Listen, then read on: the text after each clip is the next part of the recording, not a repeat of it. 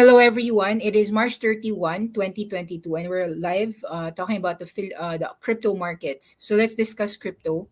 One of the big news, of course, we'll discuss as well the Axie Infinity hack. But so far, the cryptocurrency prices as a whole are still strong. You're still seeing the crypto market total market cap at $2.26 trillion, with Bitcoin hovering at 47,000, Ethereum at 3.4, Binance at 445. Your Ripple is 86 cents, Solana is $122, and Cardano is 1.2. Terra is 107, Avalanche is 99. Overall, the crypto market's top 10 is still strong and they are still bouncing quite high. Let's just take a look, however, on the charts of these top 10 or top 20 cryptos. Let's take a look. All right. So your BTC USD was able to break through this 45K resistance and it's now hovering at 47.48. If it manages to stay above 45K for this entire week, then we can still see it clear above 50,000, which is going to be a bullish sentiment.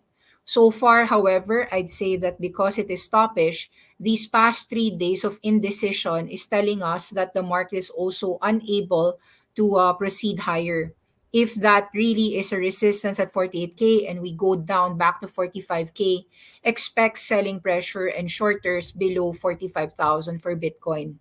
So I would say that it remains to be seen. So the market is still in a wait and see mode for Bitcoin. Now, just in case Bitcoin advances towards 48K, the next level is 52,000. So it's an if-then statement. At 48K, though, aggressive longs are not to be done because the market can go up or go down anytime soon. So this is quite cautious area. And I'd say that the market is still quite overbought, especially for crypto. So crypto is still overbought readings here for Bitcoin. Okay, let's take a look at Ethereum here. The setup is actually the same as Bitcoin. Although Ethereum broke 3.3, it's now trading at 3.4.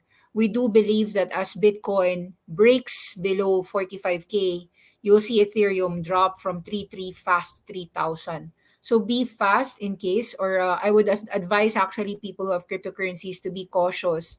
It doesn't matter if this advances to 3.8 because here at these levels of 3.4, you're actually seeing a ton of resistances already. So if you don't mind actually the last 10% leg higher, you will be taking profits, not necessarily shorting. You'll only start shorting if we break below 3,255. So you have to have set a sell stop here about 3,255 to proceed on the downside. So if it doesn't break 3,250, then it can advance 3.7 or 3.8. So this is a set stop area at Ethereum. You'll be very bearish only if Bitcoin breaks 45K. Let's take a look at your Solana here. You can see that Solana is now trading back to its resistance of February. This is actually the primary setup of 122. Still could continue higher here at about 140. But given the level of drops here, I'd say that this is a chance more to unload rather than to buy. So I will still be cautious here. No matter if there is no strong signal to short here, I'd say that at 122 to 137, you're near resistance. Okay, so just watch out for those resistances. How will we approach a sell in case the markets actually break down? So I would say that MicroStrategy's collateral right now is Bitcoin, and they're borrowing $200 million on their Bitcoin holdings today, which is worth billions in fairness to MicroStrategy. However, adding leverage on top of their asset is, I believe, a very risky strategy. So just in case Bitcoin breaks down, I would say that this 500 area towards 560 is actually more of a setup to short rather than to go long. So be a little bit careful here at about 500 to 560 for MicroStrategy. Looks like a sell area to me. Let's take a look at other names. We know that Silvergate was a crypto-focused bank that allowed MicroStrategy to borrow money as much as $200 million to buy Bitcoin.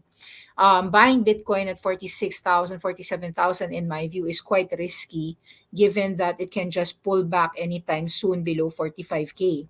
So with the overbought readings of crypto market coinciding with Nasdaq also overbought, I'd have to be remaining cautious. So Silvergate here about 152 can still advance to 160 or 170.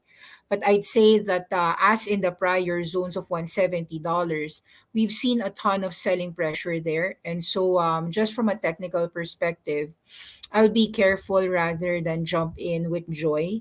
The markets in crypto is probably in the overbought readings and is maintaining that recommendation as it goes higher. So look to be on the short side here or cautious side if you're not shorting. So the crypto market cap advanced obviously here from 1.8 trillion to as high as 2.2. So you've got these buyers, of course, which will buy on dips if ever crypto goes down. It has a ton of sellers here, however. So I'll see a trading range here. If you ask my opinion, it's more of a trading range. So be cautious even as Bitcoin is advancing here at 48K. Could go higher, 52K, but lots of pressure here. So I'm more of just wait and see mode with the potential to actually short on a breakdown. So wait and see mode here for crypto. It's more on the overbought readings. Let's take a look at some names that are not necessarily top large caps. So Pancake Swap has been rallying from about $5 to $9. As it advances to about 9, 10, 12, you might see some pressure here from people who are staking some of their Pancake Swaps. They might sell here at about 11 area if it goes there. Or even here at 9, they might be already protecting some of their Pancake Swap that they got and selling some at 9 just in case it goes back to 6 again. So I guess overall stance for crypto is stay cautious even if it's very high. Axie Infinity, the news here is that the Ronin blockchain got hacked, right? The biggest DeFi hack of as much as $600 million.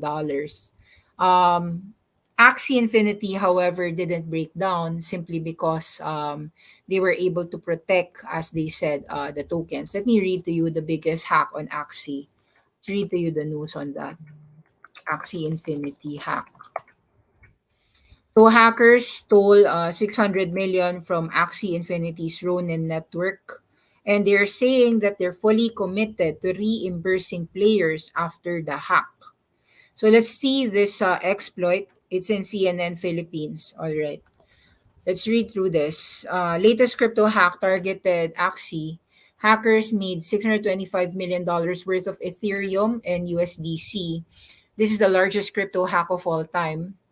They breached the Ronin network, which is an independent Ethereum compatible blockchain developed by Sky Mavis. The hack was discussed on the NFT LA conference. We realized that the Ronin network has been exploited for 173,000 ETH, around $25 million as well in USDC. That is the like a stable coin in the Ethereum. Where we are today and what is next, it's one of the bigger hacks in history. And an anonymous hacker stole roughly $600 million last year from the Poly network, also one of the largest crypto heists. The hacker later gave it back. So John Stark, SEC, told that this is a reminder of just how vulnerable Web3 marketplaces are to cyber attacks. The entire Web3 is still fraught with chaos, lawlessness, and we may never learn the truth of what really happened. Unlike US, who must report cyber attacks fairly, accurately, and promptly, there isn't such a thing in the NFT world. They don't have to report anything at all. So while Axie Infinity is one of the successful Web3 games, where of course users have been trading their NFT pets, also known as Axies, this is a blow to the entire Web3. Attackers compromise private keys to validate transactions on the network, allowing malicious actors to forge fake withdrawals. This went unnoticed, and users were unable to withdraw funds until 6 days ago. So yon took about 6 days for this to get known. People said here that Ronin token plummeted 20% after this hack. Some people said this could have been worse. 20% is nothing in crypto land. Um, so it's worrisome, but and in my view, it is adding to difficulty for this Web3. In terms of Web3, let's take a look at some Metaverse tokens. So that is actually, at least it is still strong. Engine coin, let's just take a look. It's still rallying here on account of crypto being strong, but still a huge downtrend still. So I would say that people are still bearish on rallies and would be selling rallies. Look at that. Engine coin at $2 have selling pressure. Matic, also top 20 crypto, has some resistance here at 170, 180 areas. Let's take a look at Ontology. So rallying at about 70 cents. It could actually rally to 80 cents, but still lots of selling pressure.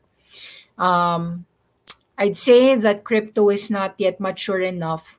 So any rallies of these metaverse tokens like Sandbox would have resistance. Mana would have resistance.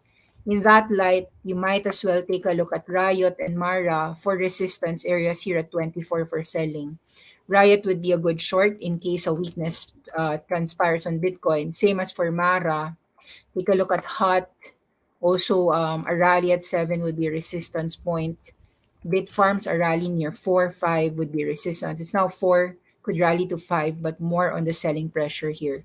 I would stay cautious on crypto in general. And if there is money to be made here, I think it's a wait and see for a potential rejection and a short mechanism rather than going long. We're actually in the overbought readings, so be careful. I'd say more careful rather than being buyers here.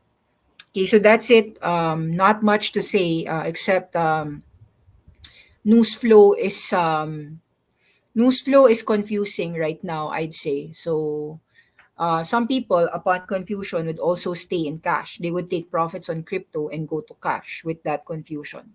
So, okay, that's it for now. Bye bye. See you again. Bye bye.